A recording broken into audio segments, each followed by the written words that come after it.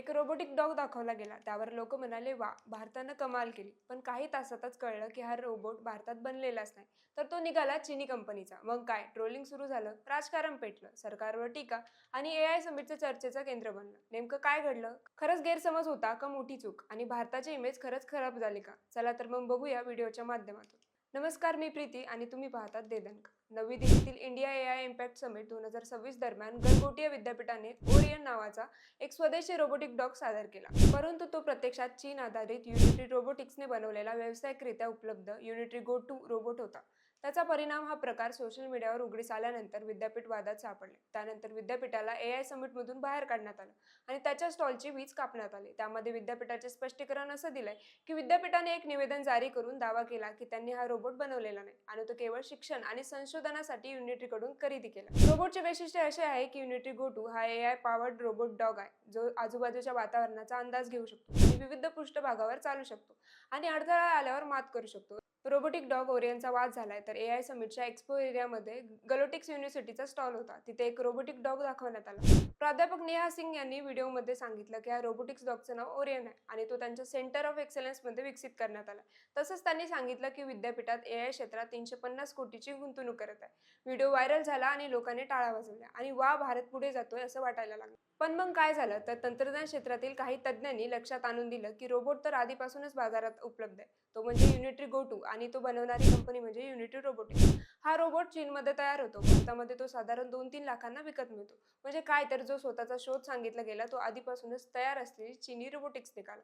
वाद वाढल्यानंतर गलोटिक्स युनिव्हर्सिटीने स्पष्टीकरण दिलं. त्यावर त्यांनी म्हटलं की आम्ही हा रोबोट तयार केला नाही.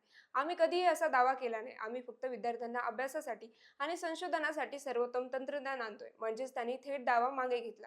सोशल मीडिया प्लॅटफॉर्म एक्सवर त्या व्हिडिओबद्दल कम्युनिटी नोट्स लावण्यात आले. कम्युनिटी नोट्स म्हणजे काय, तर युजर्स चुकीची माहिती असल्यास त्यावर संदर्भ देतात आणि तथ्य तपास करतात. त्यात स्पष्ट लिहिलं होतं की हा रोबोट प्रत्यक्षात युनिटी गो 2 मॉडेल आहे. राजकारण रंगात या मुद्द्यावर इंडियन नॅशनल काँग्रेसने मोदी सरकारवर जोरदार टीका केली. त्यांचा आरोप असा होता की भारतात जगात हास्याचे पात्र बनवलं गेलंय. एआय समिटमध्ये चीनी उत्पादनाला भारतीय म्हणून दाखवलं गेलं. राहुल गांधी म्हणाले की एआय समिट हे फक्त पीआर तमाशा बनलाय. तर अश्विनी वैष्णव यांच्यावरही टीका झाली की ते या कार्यक्रमात उपस्थित होते. म्हणजे तंत्रज्ञानाचा विषय थेट राजकारणात गेला.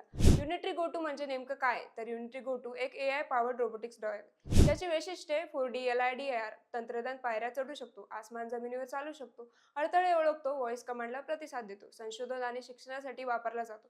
तो आधीपासूनच जागतिक बाजारात उपलब्ध आहे. स्टार्टअपचा स्टॉल आणि चोरीची घटना या समिटमध्ये अजून एक धक्कादायक प्रकार घडला. बेंगळुरू स्थित एआय स्टार्टअप नेपोसियन यांची वेअरेबल डिव्हाइसची स्टॉलवरून गायब झाली. ही घटना घडली भारत मंडपम येथील उच्च सुरक्षा क्षेत्रात. संस्थापक धनंजय यादव यांनी सोशल मीडियावर माहिती दिली. तक्रारीनंतर दिल्ली पोलिसांनी सीसीटीव्ही तपासून 24 तासात डिव्हाइस परत मिळवलं.